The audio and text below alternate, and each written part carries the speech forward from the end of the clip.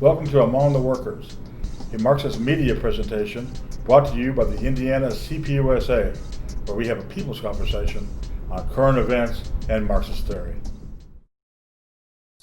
Okay. Fantastic. Well, this is another video from Among the Workers, a continuing discussion group and media presentation of the CPUSA, District Indiana. And the last video had to do with chaos is the point, but democracy is the answer. And I think we came to two conclusions of why democracy was the answer. One of which is that we need to preserve in the upcoming election the basic democratic rights for Americans by voting for Biden, the Harris ticket, and for making it possible for the left and progressives across the United States to participate in politics, to agitate in politics, to organize, all of which would be problematical with another Trump administration. And secondly, I think it has to do with expanding democracy. We want to expand democracy to more people, making it more inclusive, as opposed to the Trump administration and its minions who have a restrictive idea of what democracy means. So we need to get that idea out there as well. But these two basic ideas are ones that I came out with from the last discussion. We need to preserve democracy and expand it by voting for the Biden-Harris ticket. Any comments on that or not? So I have a comment on that. Go ahead, Eric. Both the Democrats and the Republicans participate in voter suppression at various times. So as a progressive and somebody who's committed to struggling for power for working people and for socialism over time, well, socialism, no question about that. Right. You can edit out that over time piece. But what I'm trying to say here is that that whether or not Trump wins or loses does not change the fact that we have to struggle for expanded working class power, and the foundation for that is expanded democracy. Mm-hmm. There are a lot more working people in the United States, which is the 99%, versus capitalists who are the 0.01%. So in terms of really big capitalists who are really, the billionaires and the trillionaires for whom this economy is really working. And the arguments that both Biden and Trump are equivalent in some way need to be rejected in the way that I see it totally, because the terrain for struggle under Biden is a lot different than the terrain for struggle under Trump, primarily because under Trump, among other things, the level of violence across the whole of our country has gone up. The level of internal violence, meaning domestic violence in the home, has gone up. The level of homelessness has gone up. The level of every type of social ill has gone up, which means people who are struggling with basic survival don't have time necessarily to engage in democratic forms of dialogue and discussion and exercise of democratic power through things like marching and things like that. So anything that is done to help bring down the pain level in our society, which is what a Biden win would do, is helpful for democracy. And anything that gives a little bit more stability, but a little bit more ability of working people to meet their needs, particularly through government programs that will help them to address those needs, such as special payments because of the extra unemployment that people are facing today because of COVID-19. Those kinds of programs are vital. They're not going to be done under a Republican or a a Republican Senate or a Republican president. So I think voting for Biden is vital, and not because I'm a Biden supporter, but because I am completely against Trump, and I think that Trump is toxic for our country and needs to take a vacation in some other country. I think we could all second that, Eric. How about Jason and Rob? You have anything to add to our discussion on democracy is the answer? Well, I think one of the most important things to talk about is that we don't really have that much democracy in the United States. We're a representative republic or representative democracy. We vote in people to represent us, and the 90% of the people that are meant to represent us represent, corporations and big business, as opposed to small business and the average working person. So expanding democracy and growing democracy on many levels in this country is important. So one of the things that's important about voting for Biden right now especially is we have to rebuild organized labor, and that's not going to be possible under a Trump administration where you have a labor department that's actively anti-worker and people in that labor board, the federal labor board, being appointees. And so that's one big reason that we have to vote for Biden right now. And not only that, the union movement is a place where that's where democracy can be expanded, because at that point, if you make it easier for someone to organize their workplace, then you give them more control over what happens in that shop or that office, and it decreases the likelihood of someone just being fired arbitrarily, and people can keep their jobs, they can get a better pay, better benefits, live more secure lives, and then also translates into political success too, because labor unions form a huge force that has to be answered to, and that applies pressure on the political parties that exist under capitalism, and it also provides a place where workers can grow in their own political understanding, and we can build socialism easier if we have the tools or the space to be able to do that. And with Trump, we won't. And kind of what we're seeing, and part of the point of this particular Zoom is to equate that to what we see in other countries. So the international aspect of this fight for democracy and fight against fascism. And in those countries that have been successful in doing that, and I'm going to cite two specifically, one is Greece and the other is Bolivia, is you have a massive trade union movement and political parties aligned with those workers. And they're able to mobilize people out to the polls. In Bolivia, we saw just a huge turnout in that election. And even the right-wing coup plotters who took over couldn't ignore it. It was way too, there were just too many people, and people were in the streets, and they went and they voted, and they couldn't deny them that power that they had. And that's where we have to get to here.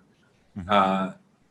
And so, we see that there, we see the organization that has happened, and that doesn't happen overnight.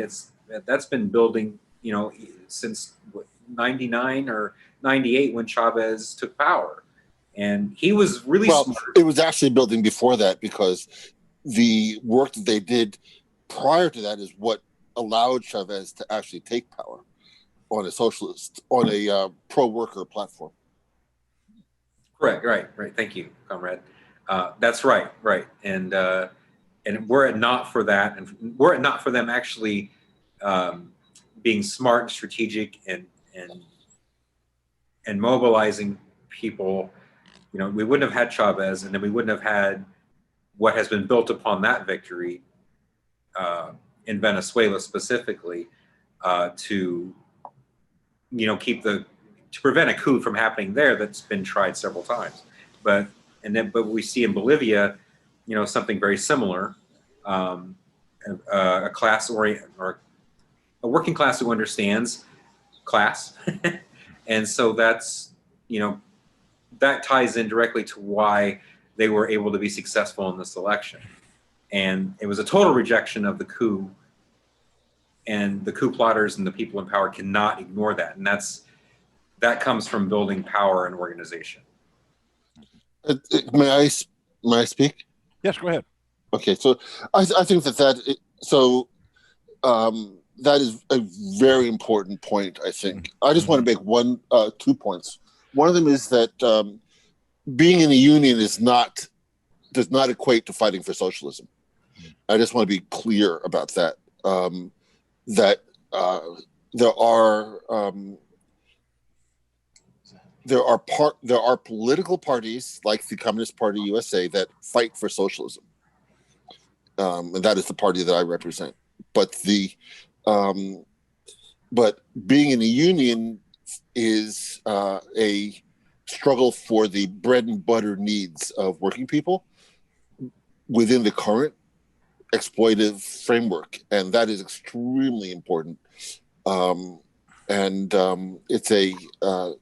the things that Jason laid out are 100% correct in terms of developing the workers and strengthening the voice of workers in our society.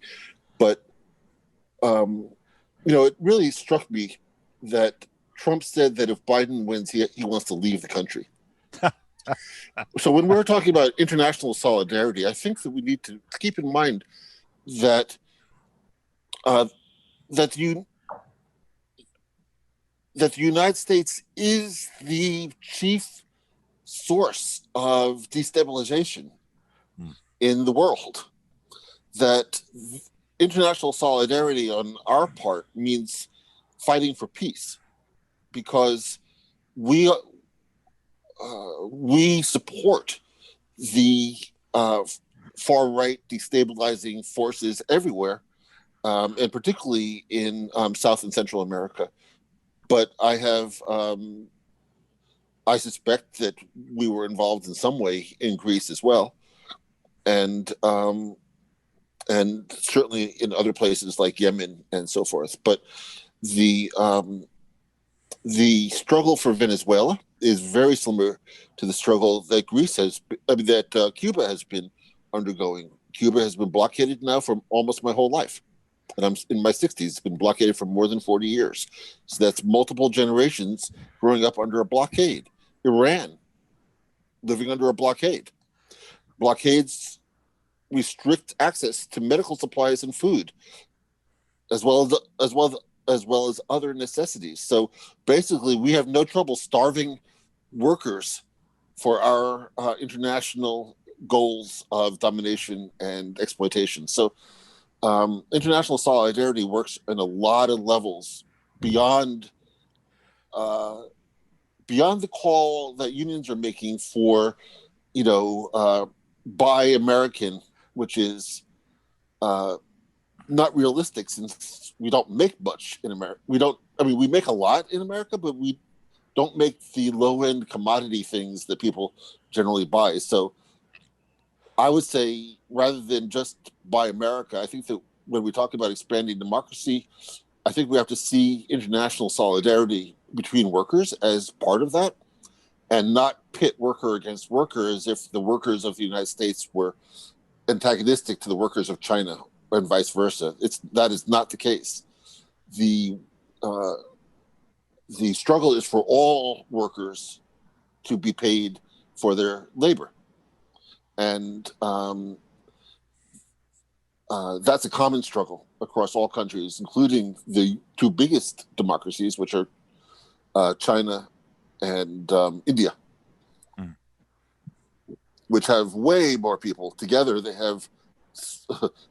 dwarf the United States in size, in population. It's interesting. China has the largest communist party in the world, I presume, but India has the largest right-wing political party, the BJP, in power at the present time as well. It's funny that, Yeah, that India is side by side like that. yeah. India, I do want to say, has large communist party that is in power in certain provinces. Yes, that is true. That is true. Well, I think that's everything we've said so far. I think calls to the fact that we need to strengthen the progressive movement and try to extend it, because what it seems to me to, what everything seems to be going to here is that in those countries where there's a strong left, where there's a strong labor union movement, a militant labor union movement, the existence of the right wing parties either in power or in attempting to power is really precarious. Whereas in those countries with a weakened left or without much of a labor union presence anymore, like unfortunately our country and most of Western Europe, the right wing groups are either stabilized or growing in certain circumstances and seeing more and more success. So it gives more urgency, I think, to us to expand that progressive base in the United States and elsewhere, as well as calling attention to the connections to other countries. I just want to say one thing. Yeah. So you said expand the progressive base. What I would say is to go back to the formation that you had, which was to expand democracy. So which is a little bit different. And I think that we have to define democracy broadly, because democracy is not casting a vote. Democracy is as much when you're in the street marching. And I think that the Greek situation is highly reflective of that. That country has had long experience with multiple general strikes, multiple big mobilizations of people in the street that make governance difficult if you don't respond to their demands. And the point in the United States for us, from my perspective, is to be concrete about how do we talk about maintaining and expanding the presence in the street, the organized presence in the street of working people peacefully demanding that their needs be met socially, and when I say socially, I mean by our government. That our government is supposed to meet the needs of the people in this country, and the people who walk around saying Medicare is shit or Social Security is shit, they have a view that is completely individualistic, that everybody is responsible for their own well-being, and that the government and their neighbors should not be helpful. And that is not what I stand for. I stand for community. A communist stands for building communities of workers that help each other to live. And this idea of this toxic individualism, which is disuniting and isolating, divides people in a way that makes it very hard for people to come together and unite and make demands in a democratic way. So being individualistic is inherently anti-democratic. Let me ask all the participants just one question then. How about working within the Democratic Party? What role do you see us as progressive playing in trying to add to the number of progressives in the Democratic Party, participating on certain issues the Democratic Party may be participating in, or actually just supporting progressive candidates running for office, and once they get into office, serving as sort of a movement that would allow them to kind of push forward with their agenda? How do we work within the Democratic Party So as progressives? the Democratic Party is a party that we can't ignore it, right? It exists, and it's the only opportunity or vehicle for which we can get any sort of gains for the working class right now. I don't support the Democratic Party. I don't think any communist can support, in the sense of the word of supporting them as a party, but I think that we have to be realistic. We have to go where the workers are. And if the workers are in the Democratic Party, or if the unions are at the table at the Democratic Party, then we would be failing our role if we weren't there. but we need to be there with very clear purpose. And that clear purpose is to advocate for our class and for working class democracy. And this kind of goes to like this, the Democratic Party is an institution of capitalism, and we cannot put our faith in that, in the institutions of capitalism. And that's not going to bear us any fruit. In fact, when we talk about Greece and Bolivia and Venezuela and Cuba, the work that they do is with a very clear class focus. And the victory that happened in Greece against the Golden Dawn wasn't something that happened just overnight.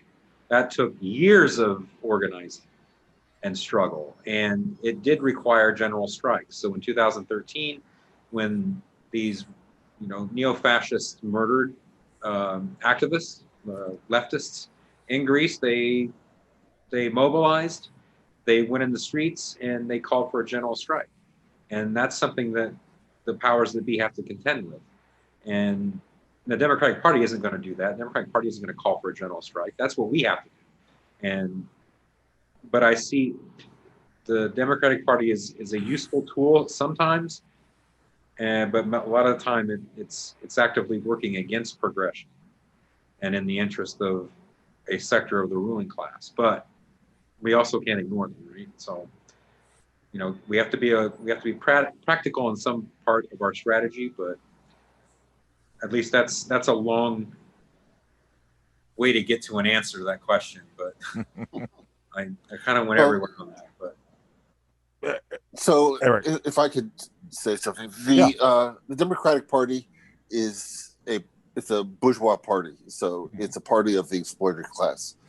That said, it is a party that is filled with working people, with African Americans, with Latinos, some Native Americans, and it is also LGBTQ plus and so forth. You've got a wide variety of people in that tent, and you have initiatives coming from places like Our Revolution, which are trying to essentially hijack the structure that exists for progressive purposes. Now, as a communist, I don't believe you can change. I believe. Okay, well, you can edit this out. Edit it out if you want, but I'm just going to say I think you have to smash the capitalist state. Right. And so working within the Democratic Party is a tactic that recognizes that there are mechanisms built into our society that perpetuate a two-party state, and that taking over some of those mechanisms can be helpful for workers, even though that in itself will not bring about a ascendancy of working class power. It helps us to win reforms that are desperately needed today. And honestly, the people who sit around saying it's, that are purists are waiting for heaven to show up on their doorstep. And if the people who are saying, well, I'm not going to vote because both Biden and Trump are fascists, they're waiting for heaven to show up on their doorstep instead of taking advantage of the differences between candidates and leveraging those differences. In the Democratic Party, you have Ilhan Omar, you have Tlaib, you have AOC. Whatever. And you got Bernie Sanders, sort of. And you got Bernie Sanders. But the point is that there's lots of different trends within the party, and that what we're trying to do is strengthen those trends within the Democratic Party that are effectively pro-working people, while building a movement outside of the Democratic Party that makes space for those people to actually be effective within the party and within our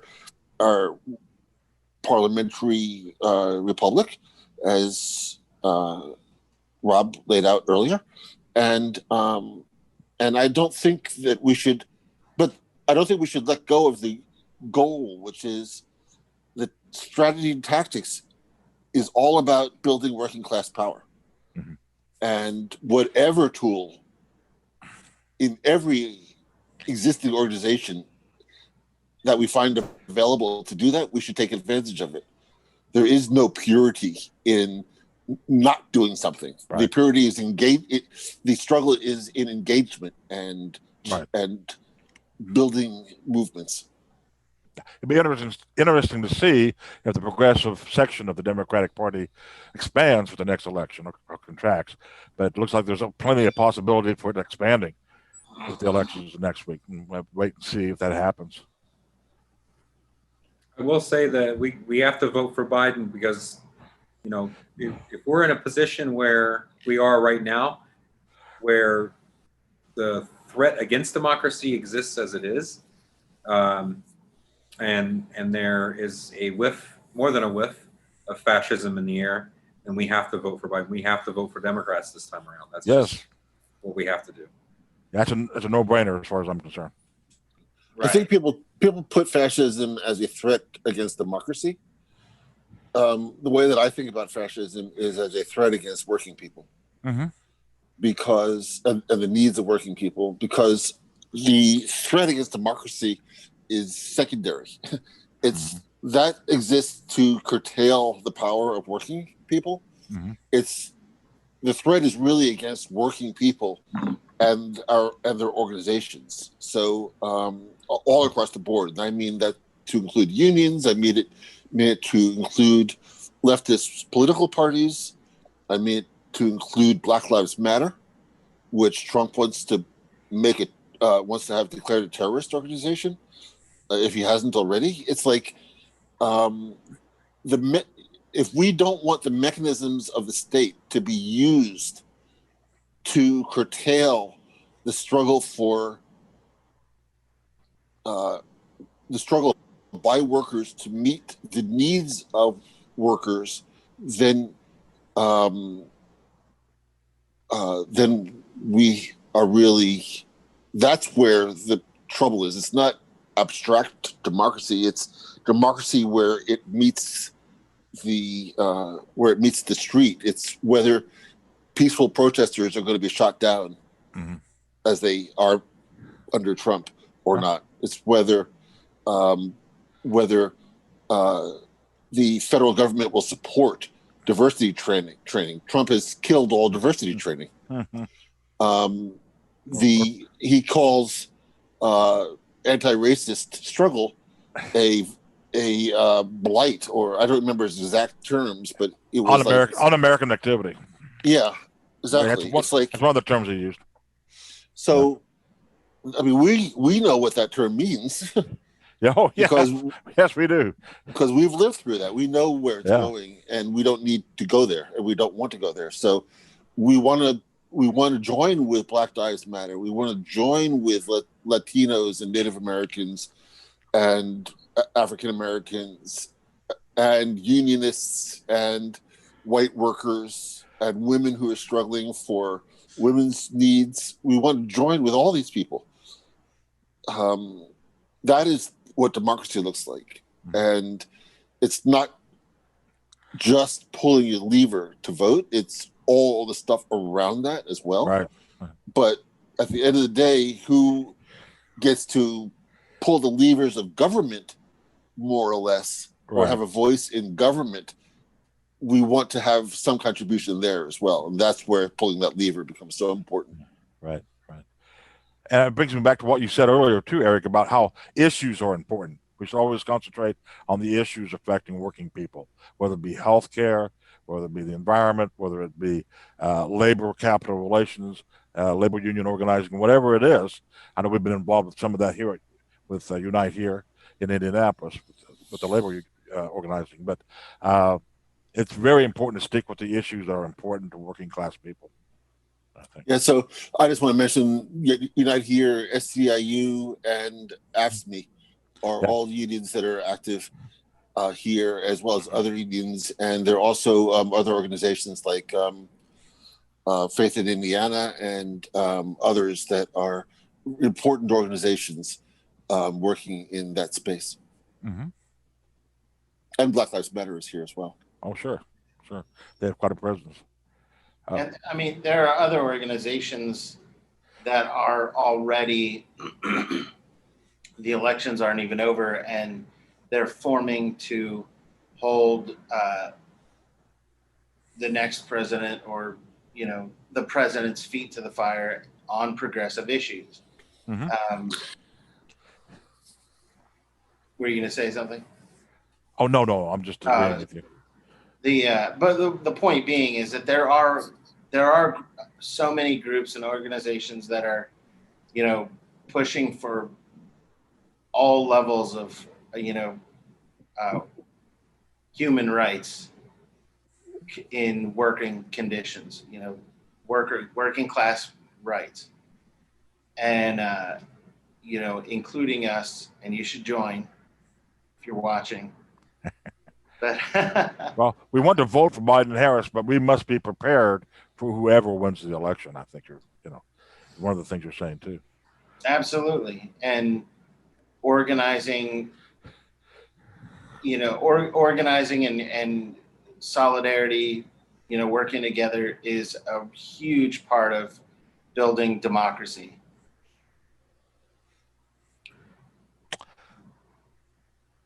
So I want to jump back to Greece again real quick. So in Greece, when, you know, there was an organization, a coalition formed among left political parties, trade unions, community groups, and it was called the Movement United Against Racism and the Fascist Threat. It was formed back in the 90s. And you know, part of that fight is protecting working class interests and working class democracy specifically.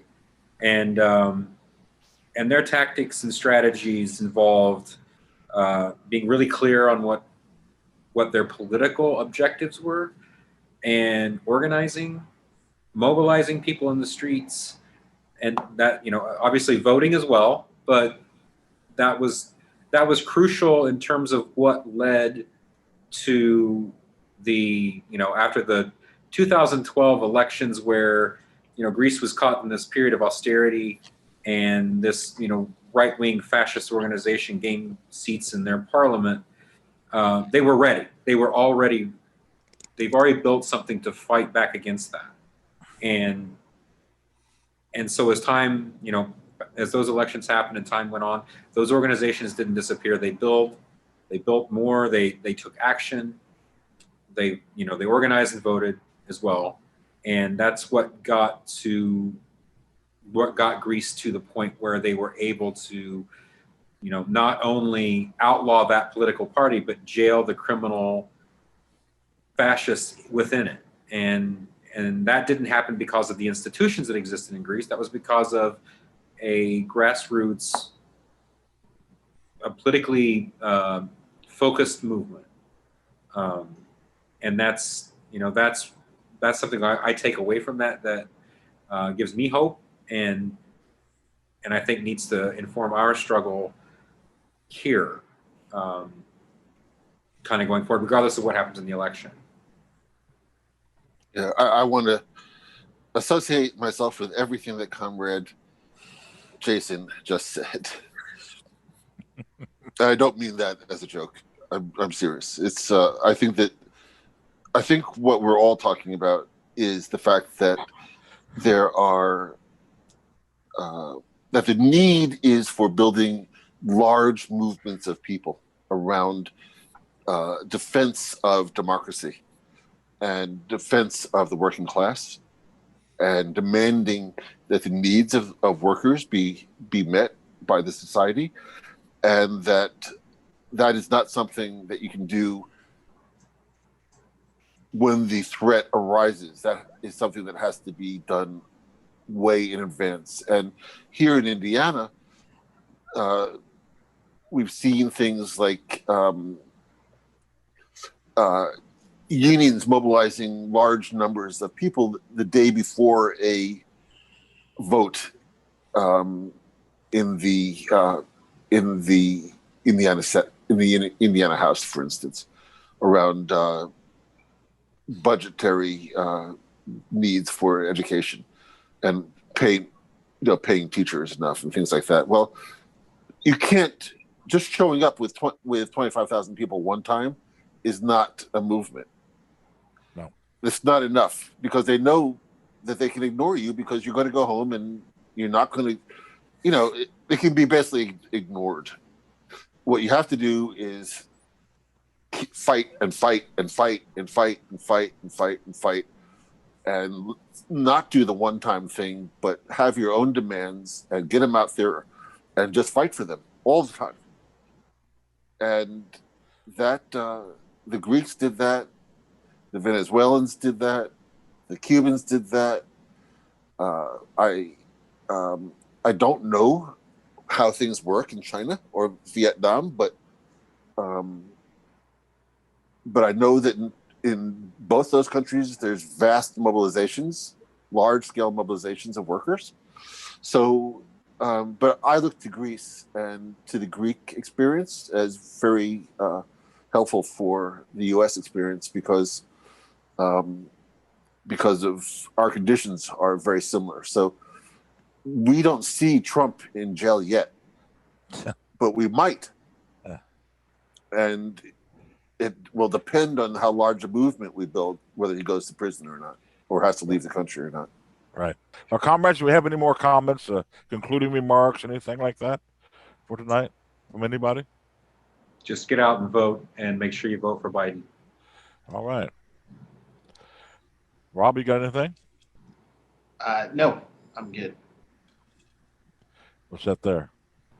I think we all learn our responsibility as citizens is to go out, try to change things, and we need to do that through the electoral system, and we need to do that on the street as well. So let's get out and vote for Biden and Harris, and then go on from there. Okay. Keep the struggle alive. Okay. Well, good night, everybody, and let's get to work. Thank you for watching Among the Workers, a media presentation brought to you by the Indiana CPUSA. If you like what you saw, please check out our other videos on YouTube, or you can find us at the Indiana District CPUSA on Facebook, or you can look us up at indianacpusa.org, or at the national level, please check out cpusa.org. Thank you.